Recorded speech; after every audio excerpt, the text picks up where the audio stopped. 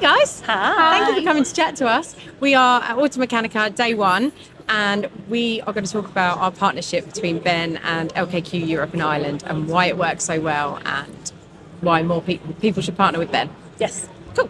So how did the relationship between Ben and LKQ start? Where did that kind of come from? Yeah, so it started back in 2019 with Andy Hamilton, who was the CEO of UK and Ireland, but at that time it would have been known as Euro Car Parts.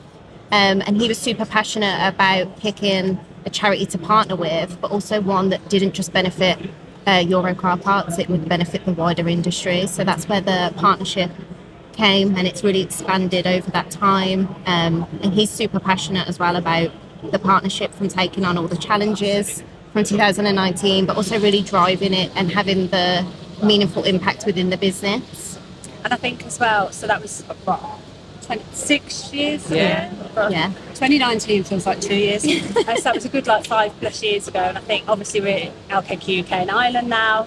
And you know, Andy's in a different role within Europe, but actually all of our leaders and so many of our colleagues truly believe in this as a cause. And as Jess said, it's not just how do we benefit our employees, and you know, even though there's huge ways we can do that, it's about actually doing the right thing on behalf of the industry. And I think as market leader, you do have a responsibility to do that stuff. It's not just the right thing for your business, it's the right thing for the industry as a whole. So yeah, I mean, we, as you know, and obviously we're always excited by it. As an organisation, you've got impact strategy and things you have to do, but how does this benefit you to meet those needs of the things you have to do and the things you should morally do? I think so. I mean, I've worked in the charity sector in the past, and I think you can really spot when something's meaningful or not. And I think it's fair to say, we love the fact that this is, and it does have that impact. I think for business, I think modern business that understands the way of the world and what's going on around it, you can't just do things that are self-serving. It won't get you anywhere, and you won't have an industry to serve if you don't do that bigger picture stuff. It's not just that there's a business case to do it. So it's not just that it's the right thing to do, but actually it makes business sense, because if you haven't got a thriving industry, who are you partnering with, who are you serving, who you supporting, and actually, we're part of it's kind of like an ecosystem, isn't it? Yeah. The way we see it is we're one piece of the puzzle, and actually if we can play our part, and so that kind of social impact stuff, which is largely what Jess's role is focused on. So speaking on your behalf, I'm nodding along. She's nodding. She's in agreement. It's very much like why would you not? The cost of inaction is greater than the cost of action, if you know what I mean. So it's as well, we're really passionate about supporting our employees, but we as a business really want to support that wider industry, and that's why the partnership with Ben. We were saying earlier, Ben is like family for LKQ, and I think all our employees see it as family. It's kind of like one, and that's what's made that partnership so amazing. I remember when I first joined, everyone spoke so highly about Ben, and I was like, who is Ben? I thought it was a person. Who is he? Everyone spoke so nicely about it as well, and I just think that speaks to the partnership that is in our DNA. Yeah, that's a good way of putting it. What are your key standout moments of our partnership? So when you kind of think about how we work together, there's the obvious things that we do together. You guys raise a lot of money for us, and you are avid supporters of everything we do.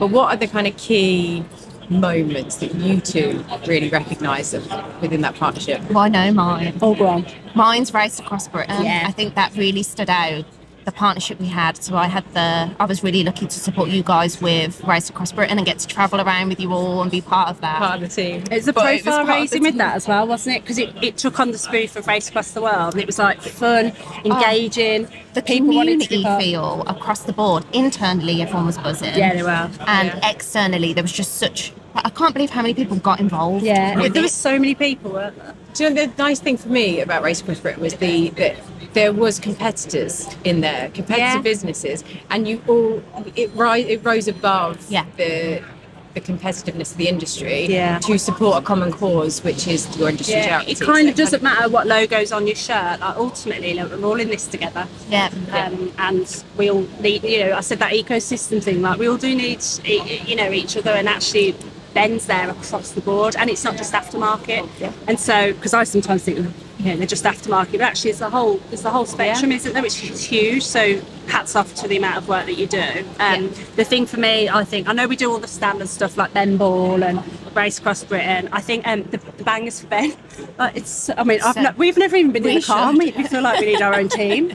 And it's honestly, like, I think that the thing is Ben brings the fun. So it is heavy, like you see some of the stats and it's like there's a big issue around well-being and mental health. So it does the serious stuff, but it does it in a fun way that kind of brings, it's the community feel, I think. It's the education as well around them events that, you know, we do Bangers for Ben or Race Across Britain, but then the education behind it of why we are doing it is so powerful. Yeah, it's not just a fun event, it's like got meaning to it, isn't it? Even if I think about some of the standout moments of when Ben have helped LKQ through the years I've worked there, has been so powerful, and I think it's something we couldn't live without now as a business. Totally. And I don't know if people know about that enough, like the workshops, the helpline, or like, you know, I've personally used helpline in the past, and honestly, what an amazing resource to have. Yeah.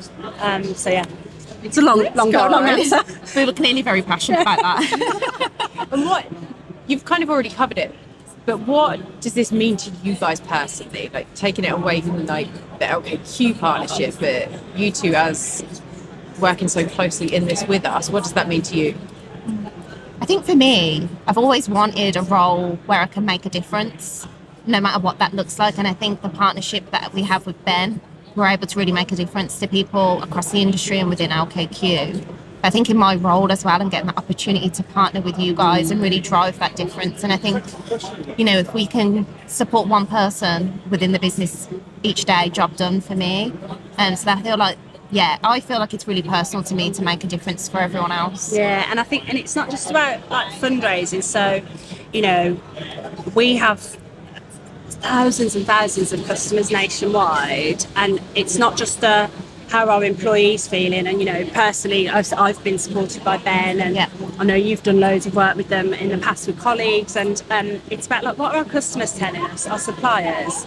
Like I don't think one player in the industry can go it alone, and actually Ben for that like kind of umbrella support for everyone. So it's like you said earlier about other businesses, it's like actually Ben can help everyone, and like there's something really powerful about being part of that bigger picture, I think. So like selfishly, like I get a lot of drive from that. Yeah, we're very similar in that we really want to make that difference. Passion, and I think we're kind of ambassadors for you guys in the same way you are that partner to us. Like we want to help spread the word. We really appreciate it. But in terms of when you came into this and working in this partnership, is there anything that was unexpected? Is there anything that you had an idea of what a partnership, an employee charity partnership would be, that is really the change, or is not expected? You didn't expect that to be that way. I think for me, like Ben has such deep knowledge on the sector and the actual issues at hand. So I know you've got some of the stats up, but you know, things like suicide rates, well-being, stress, financial issues, they're real day-to-day cost of living issues, and like all those stress factors. I think, you know, it's less taboo now, just generally in the world, about mental health, and being able to like almost grab the ball by the horns and say, look, we're here. But as I said, you do it in such a fun way that's more than I've seen in the past. So, you know, I've worked in charity in the past. I used to work at Unilever, and they had this huge social mission and sense of purpose, but it was almost like too serious sometimes. Yeah. So being able to like flip it on its head and engage people along the way, for me, is really refreshing. I don't know what you think. I think that's so similar. Mine was going to be that the partnership itself, I've never been in an organisation that partners with a charity so strongly that it feels part of everything. It's like the same organisation in a way. Yeah, even from the top, you know, starting with Andy, that he really drove that, and I think even our so passionate team now really drive it, and I've never had that relationship is so strong. It's normally kind of a on the side thing that an organisation does, but this feels genuine. And I think that's the thing for the businesses, if they really get behind it, like it's not just going to benefit, like there is like real deep partnership to be had. So I guess it's interesting, because I was just going to say that on reflection for what you guys were saying. I think that's the difference we find when we work with you guys in a really close partnership. We can speak to you about anything, come to you with ideas, or there might be an opportunity that we see, and it's that conversation piece, like brainstorm something, that we can kind of say it, and it might not work, and it might be an idea we have to work on in the longer term, that we can have that discussion with you and we can move with that, Yeah. rather than it being quite formal and very planned. We can flex and see where it's. It's like relationship and trust, I think, as well, isn't it? It's like pick up the phone and vice versa, and you know, like Jess, it's like part of the same team. Like we're all part of the same team. I mean, the automotive industry is one big ecosystem, and I keep using that word. I know, but Yeah, you're try it. awesome. No, it makes sense. I think as well as we don't just talk about when we speak what works for just LKQ UK Yeah. and we speak about what's right for the wider industry Yeah. and how we're going to, with you guys, make that impact. Yeah. And I think that in itself is really powerful. So, have you come across any challenges? What are the challenges of working in a partnership with a charity or anything around that? I think sometimes, probably this is our side as well, is when we have new employees, we assume everyone knows who Ben is. Yeah. And what support you guys can offer. And I think sometimes that's a fault on our side, and that's a challenge that we need to remember. The partnership has been so strong for so long, but we get new people through the door who don't know what Don't Ben assume they understand. Yeah, that's Yeah. because we had to learn, didn't we, when we were doing it? Like we said, we thought it was a person. Yeah, who's this Ben? I think the other thing is, and this is the charity sector overall, like, you know, it's so resource restricted all the time, and actually you've got this huge industry to support. There's only enough hours in the day, so it's almost like, how can the industry all get behind you, whether that's financially or, you know, even just raising awareness to support, because the charity sector is getting harder and harder. And that's why the partnership piece is key. Like, no one player can go it alone. And so I think the challenge, it's not just a Ben thing. I just think, you know, across the board really, like the charity sector is always so stretched. But the irony is they're the ones really trying to do the right thing. And so there's always that kind of tension, I guess. So that's why I think as much as we can support it and long term, not just, you know, flash in the pan moments. Exactly. It's meaningful, and it helps you guys to thrive and, you know, help the industry to thrive overall. I think you make a really good point. We are saying this a lot. We can't do this alone. Yeah. Like, the industry has to take responsibility for the health and well-being of its people. Yeah. And it's good for business. Like, it's if you don't have a well workforce, they're not going to work well. So they have to be living well to work well. So we can't do this without the support and the partnership of the industry. So it's really good to have partners on board. How do we scale this? How do we make this bigger and better? And what's the future for this partnership? Oh, I love that. That's a great question. Challenger. So I think hone in on in things that make the difference. I love that we like try new things, and like you only learn by trying, don't you? But the things like Race Across Britain, new initiatives coming up, and like really focusing in and like prioritising those things that we know move the needle. And I think, you know, Ben's been through a lot of change. Businesses are constantly changing, so it's like evolving together. I think, like, I don't have like a tangible answer of like the next level, because I just feel like the possibilities are endless, to be honest. And it'll be done like in the right way, so it's exciting. But it's like, maybe we need to brainstorm on next level. I feel like as well that partnership, we're always able to evolve. Yeah. And I think we don't have an answer, because I think we are always reviewing together in that partnership of how can we keep pushing it, how can we keep taking it to the next level. And reaching more people. And I think the huge thing as well is Ben seems to have just come onto its own the last like couple of years. So it's like, you've been through a massive journey as an organisation. Like, how do you elevate what you're offering to people even more? And I think it's got so much respect in the industry, not just aftermarket, but I know you work with dealers and all sorts. And so it's like, what does that look like? Because really, if you've got the right people behind it, the possibilities are endless. I feel like another brainstorm coming on. Oh yeah. Yeah, We've got a lot to do. We love that. Yeah. Got a lot to do. And how do you guys measure the success? Obviously, it's great to know and feel like you're doing the right thing, but we all know that there has to be tangible, there has to be data and evidence to that. So how do you measure the success of this partnership? That's a really great question. I think From an input point of view, as in how we're contributing to you, like we do fundraising and that kind of tangible stuff, like around monetary kind of contribution. But then when it comes to how I think our employees are a good measure of that. Yeah, I think for me, it's how many people know who Ben are and what Ben can provide. So if I speak to people, I always say, do you know about Ben? I think it's that education and how much people know from me is like a dial on, are we doing enough? And I think, you know, you're able to say, you know, we've served X number of colleagues in the industry on the helpline this year, or I know, you know, on your reporting and stats. For us, seeing that impact with numbers, and, you know, yes, it does have to be tangible, and you think about impact and things, but you also get a feel of it. And I think you need both. So I think all the data you put out, I know you're always doing reports and like temperature checks, surveys, they speak for itself, really. Like, we know Ben's kind of doing the right thing and believing it, and then the data just backs that up. So I think you need the belief first, and you invest in the partnership, and then you have the data and the stats to go, oh, actually we're impacting this number of people. So you don't have one without the other, really.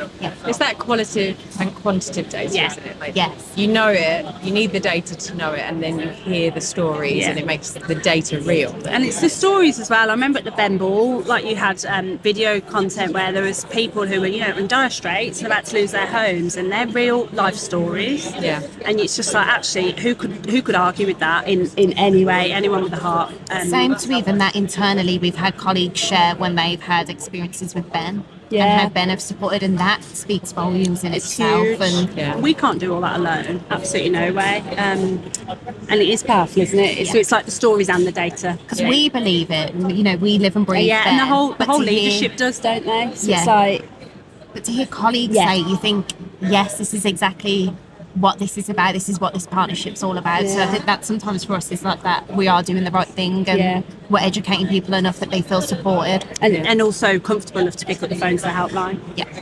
I think we feel the same. Like, I can talk about Ben and how wonderful it is and all the wonderful things we do, but until somebody in the industry says that, or somebody that receives support says that, it's the peer messaging is so much stronger. Because this is ultimately my job, so I'm going to always champion Ben. I do truly believe we do the right thing, but hearing that from peers and businesses is just so much more impactful. So it's great. And then, can you wrap up what your vision for impact, like what is impact for you guys? What do you see that as?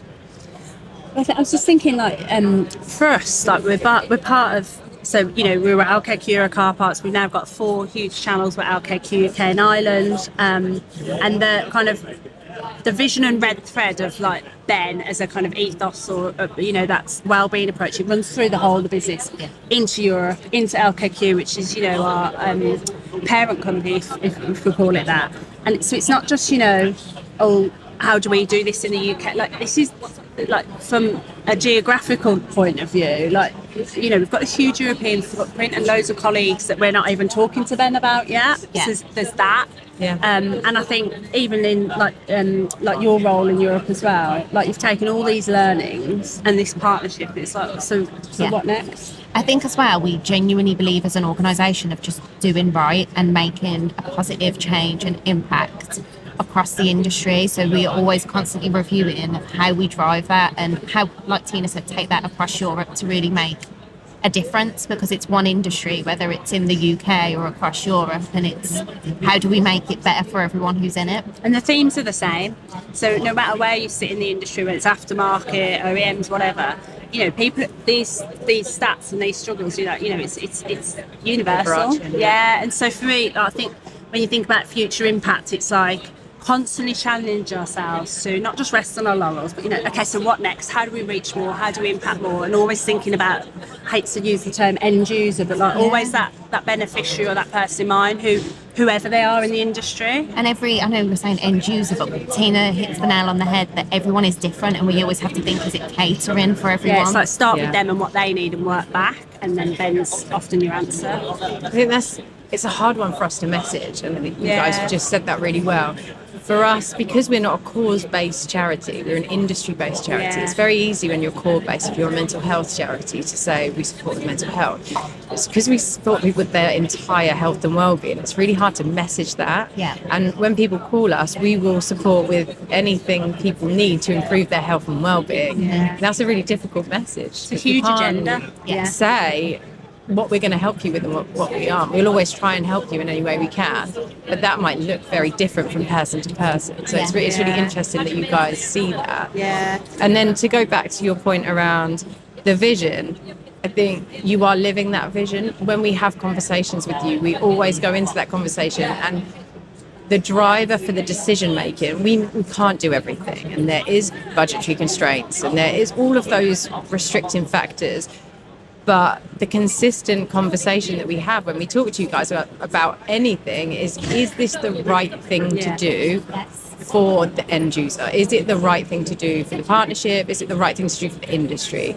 I think every conversation we go into, those three things are considered. It's the North Star, isn't it? If you can't answer those questions, it's arguably not the right thing to do. Yeah. And we always bring it back to that in every conversation, so it just kind of wraps it all up.